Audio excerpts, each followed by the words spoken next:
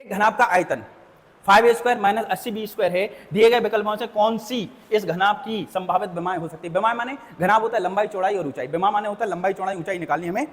यदि इसका आयतन ये है तो आपको पता है घनाभ का आयतन v बराबर क्या होता है, LBH होता है कि नहीं होता, कोई दिक्कत वाली बात। और बराबर क्या दिया आपको 5a² माइनस 80b², कोई दिक्कत वाली बात। यदि मैं 5a² को 5a² लिखा रहूं और 80 को लिख दूं 16 पंजे 80, कोई दिक्कत होगी किसी को? कोई दिक्कत नहीं होगी। अब आप कहोगे इन दोनों में से 5 क्या आ जाएगा भाई साहब? कॉमन आ जाएगा। 5 क्या आ जाएगा भाई साहब? दोनों में से कॉमन। यहाँ बचेगा a², यहाँ 16 को मैं 4b² लिख सकता हूँ। क्या लिख सकता हूँ इसको? 16 को 4 का स्क्वायर लिख सकता हूँ, तो इसको होल स्क्वायर में लिख दिया 4b², कोई दिक्कत वाली बात। 5 का हम क्या लिख देंगे? 5 ही लिख देंगे। आपको दिख रहा होगा a² माइनस b² का फॉर्मूला सभी को पता होगा, a plus b a minus b। तो यहाँ पे आ जाएगा एक बार a माइनस 4b और क्या आ जाएगा a प्लस 4b।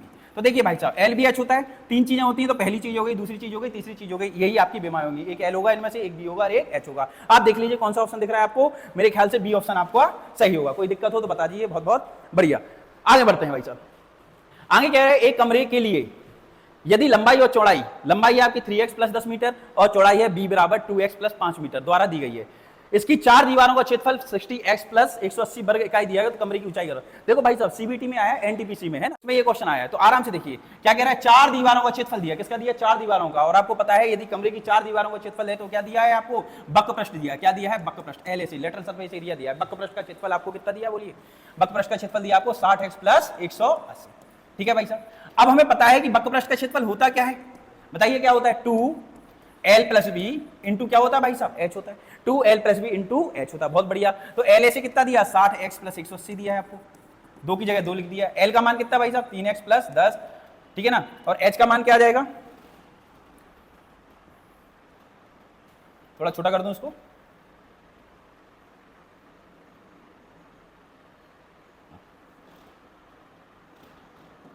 ठीक है।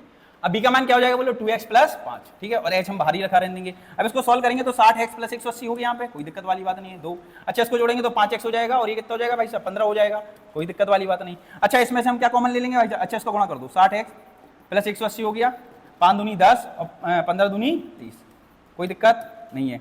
अच्छा यहाँ देखिए हमें यहाँ पे 6 कॉमन दिख रहा है। क्या दिख रहा है? 6 कॉमन। तो ये 10x प्लस क्या हो जाएगा भाई साहब? 30 हो जाएगा नहीं हो जाएगा। और यहाँ भी क्या आ गया? 10x प्लस 30 और यहाँ क्या आ गया आपका? h आ गया, कोई दिक्कत। अच्छा कोई बच्चा यदि नहीं समझ पाए कॉमन वॉमन लेना तो ऑप्शन रख के भी आप देख सकते हो। h का मान यहाँ रख के देखना, दोनों बच्चे बराबर हो जाएंगे तो आपका आंसर आ जाएगा।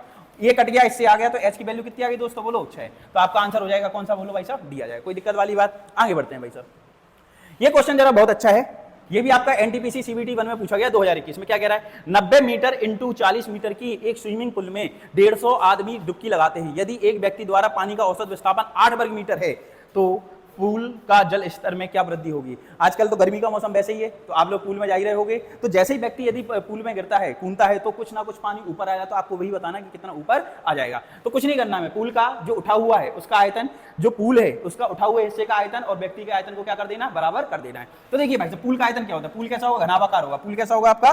घनाभाकार का होगा। कैसा होगा भाई साहब? पूल घनाभाकार का। तो पूल का आयतन क्या होगा? बोलो भाई साहब LBH। पूल का आयतन क्या होगा? LBH। कोई दिक्कत? पूल का आयतन क्या होगा? LBH। अच्छा आदमी जितना पानी आप निकाल देता है, आदमी की वजह से जितना पानी निकल जाता है उसी को हम क्या बोलते हैं? आदमी का आयतन। आदमी द्वारा जितना पानी टब से बाहर निकाल दिया जाता है उसी को क्या बोलते हैं? आदमी का आयतन। तो देखिए एक आदमी से कितना पानी बाहर निकल रहा है? 8।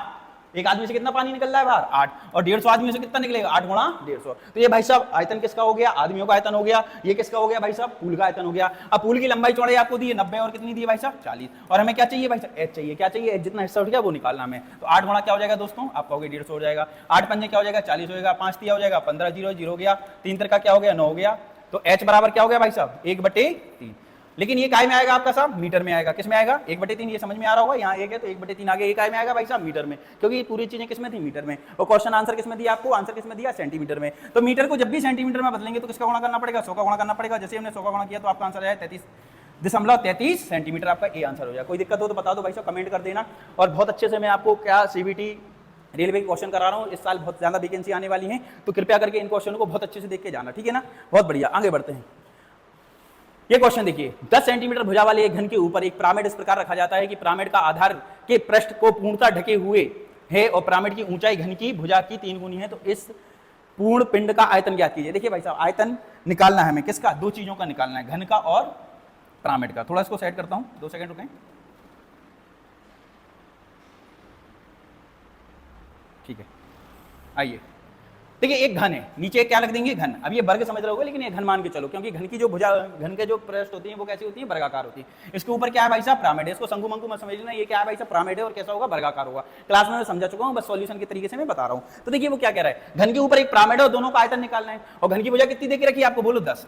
घन की भुजा कितनी दे के रखी, 10। यदि घन का आयतन निकालेंगे तो आपको पता है एक ही हो जाएगा। घन का आयतन क्या होता है भाई साहब, एक ही होता है, कोई दिक्कत वाली बात। घन का आयतन क्या होता है भाई साहब, एक ही होता है। आगे क्या बोला है भाई साहब, पिरामिड की जो ऊंचाई है घन की भुजा की 3 गुनी है। तो जो पिरामिड होगा उसकी ऊंचाई कितनी दे रखी है आपको, 3 गुनी, माने 10 की 3 गुनी कितनी हो जाएगी, 30 हो जाएगी। और यहाँ पे नीचे क्या होगा भाई साहब, पिरामिड का वर्गाकार भाग होगा जो क्या होगा, 10। तो भाई साहब आपको वर्गाकार पिरामिड का आयतन का फॉर्मूला पता होना चाहिए। तो क्या होता है 1/3 आधार का क्षेत्रफल, किसका क्षेत्रफल, आधार का। तो आधार का क्षेत्रफल क्या होगा, वर्गाकार है, तो 10 का स्क्वायर हो जाएगा, तो क्या आ जाएगा भाई साहब, 100 हो जाएगा। और ऊंचाई क्या हो जाएगा, 30। ये हो जाएगा आपका किसका भाई साहब, किसका हो जाएगा, ये हो गया आपका घन का, जो कितना हो गया आपका 1000। और पिरामिड का कितना हो जाएगा भाई साहब, बोलो, पिरामिड का भी कितना हो गया 1000। तो टोटल मिलके कितना हो गया भाई साहब आयतन, 2000। ये क्लास में मैंने बहुत डिटेल में कराई है चीजें, लेकिन अभी बस सॉल्यूशन बता रहा हूँ, क्योंकि ये क्वेश्चनों की थोड़ी सी बच्चे कह रहे थे करा देना, इसलिए मैंने डाल दिए। अगला क्वेश्चन देखता हूँ, ये छोटा सा क्वेश्चन और देख लीजिए। यदि एक घन के एक फलक का परिमाप 24 सेंटीमीटर, उसका आयतन ज्ञात कीजिए। बहुत आसान क्वेश्चन है। घन का हमें आयतन निकालना है, सभी को पता है ए क्यू, लेकिन मैं भुजा तो दी नहीं। अब जिसको नियम कायदे सही से पता होंगे वो कर पाएगा। तो देखिए नियम कायदा क्या कहते हैं, आपको पता है घन की जो पृष्ठ होती है, घन की जो एक सतह होती है वो कैसी होती है भाई साहब, वर्गाकार होती है। कैसी होती है, वर्गाकार। तो उसने कहा एक फलक का परिमाप 24 है, इसका मतलब जो वर्गाकार सतह है उसका परिमाप कितना दिया है, 24। तो भाई साहब वर्ग का परिमाप क्या होता है, 4a बराबर क्या होता है, 24। तो भाई साहब क्या आ जाएगा, a बराबर कितनी आ जाएगी, 6। ये बात आप समझ पाए। एक घन है, घन के नीचे वाला हिस्सा क्या होता है, वर्गाकार होता है, तो उसका आपको परिमाप दिया है 24। यदि हमें वर्ग का परिमाप दिया तो उसकी भुजा निकाल सकते हैं हम, 4a बराबर 24। तो a बराबर क्या हो गया, 6। तो हम कहेंगे भाई साहब जो घन है, जो घन है उसकी भुजा कितनी आ गई, 6 आ गई। उसने कहा भाई साहब इसका आयतन निकालो। तो बहुत छोटा सा क्वेश्चन है, आयतन के लिए क्यू लगाना पड़ेगा। तो आंसर क्या है, 216। कोई चाहेगा तो इसका 216 वैसे ही लगा देना, क्यू वगैरह। तो एक ही क्यू दिख रहा है और कोई दिख भी नहीं रहा, ठीक है ना, कोई दिक्कत वाली बात। बहुत बढ़िया, ये तो सिंपल सा क्वेश्चन है, बच्चों ने कर ही लिया था। ये भी सिंपल सा क्वेश्चन है, एक आध क्वेश्चन और होगा तो मैं कराता हूँ, ठीक है ना। ये भी सिंपल सा क्वेश्चन है, ये भी ठीक ठाक है, कोई दिक्कत नहीं, ये भी सरल है, ठीक है। बाकी नहीं बनेंगे तो पूछ लेना और पूछ लेना, ठीक है। तो आज के लिए बहुत बहुत धन्यवाद। कमेंट करें, लाइक करें, सब्सक्राइब करें, शेयर तो पूरी दबा के कर दें। बहुत बहुत धन्यवाद।